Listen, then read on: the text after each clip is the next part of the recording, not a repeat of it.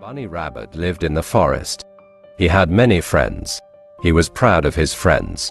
One day Bunny Rabbit heard the loud barking of wild dogs. He was very scared. He decided to ask for help. He quickly went to his friend Deer. He said, "Dear friend, some wild dogs are chasing me. Can you chase them away with your sharp antlers?"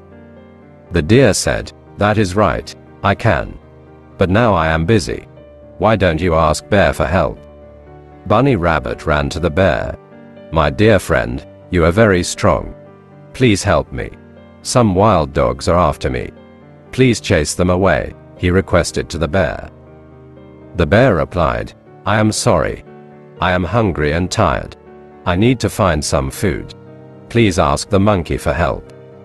Poor Bunny went to the monkey, the elephant, the goat and all his other friends. Bunny felt sad that nobody was ready to help him. He understood that he had to think of a way out by himself. He hid under a bush. He lay very still. The wild dogs did not find the bunny. They went chasing other animals. Bunny Rabbit learned that he had to learn to survive by himself, not depending on his unhelpful friends.